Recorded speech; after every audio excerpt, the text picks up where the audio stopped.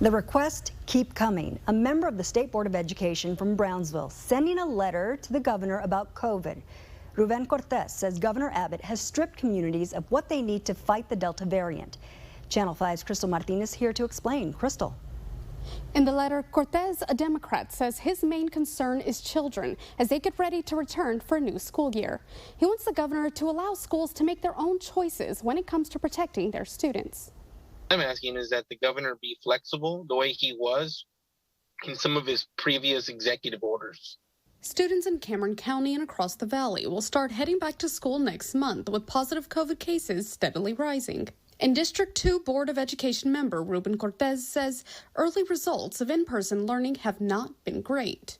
I'm getting reports from all over the valley as they're having these like accelerated learning programs. All across my Board of Education district, classes are being shut down because you have a student testing positive. In a recent statement, Governor Abbott was quoted as saying, quote, Texas have mastered the safe practices that help to prevent and avoid the spread of COVID-19.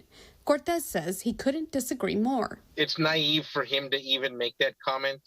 Earlier today, I heard that the only reason that he's taking these actions is because Republican polling data suggests that his constituents don't want a mask mandate.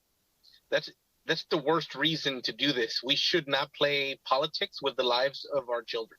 Earlier this week, Governor Abbott issued an executive order that states that it's up to individuals to decide whether or not to wear a mask. Cortez would prefer to let school districts make that decision, especially with the TEA no longer funding virtual learning. When kids are full-on, full-time, because he's not allowing a hybrid model, because he's not allowing a full virtual, because he's not allowing the flexibility to determine these choices at the local level.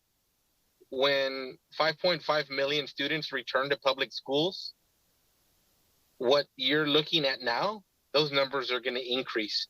Cortez says this is even more important now with the Delta variant, combined with younger students who aren't yet eligible to get vaccinated. Finally, Cortez says in the letter something he repeated during our interview, quote, anything that happens to our students, that's going to be on him. It's going to be on his hands and his to carry, referring to Governor Abbott. Crystal Martinez, Channel 5 News at 6.